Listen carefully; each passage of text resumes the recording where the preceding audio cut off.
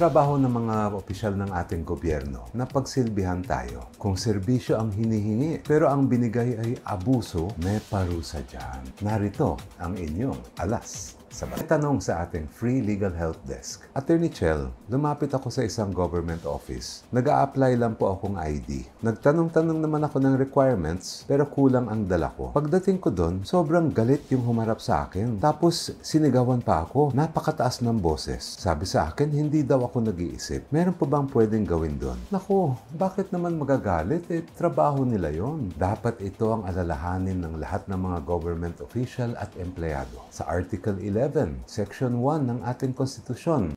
Sa RA 6713 o Code of Conduct and Ethical Standards for Public Officials and Employees, nakasaad ang mga pamantayang dapat sundin sa pagsisilbi sa publiko. Sa Section 4B, sa Section 4C, sa Civil Service Commission, Rules on Administrative Cases in the Civil Service, may parusa para sa conduct prejudicial to the best interest of the service. Ang administrative offense na ito, walang eksaktong definition, pero covered ang lahat ng akto which tarnishes the image and integrity of his or her public office. Ibig sabihin, anong maling gawain na nakakasira sa imahe ng opisina at sa public service. At ang akto, hindi kailangan konektado sa official functions ng public officer o employee.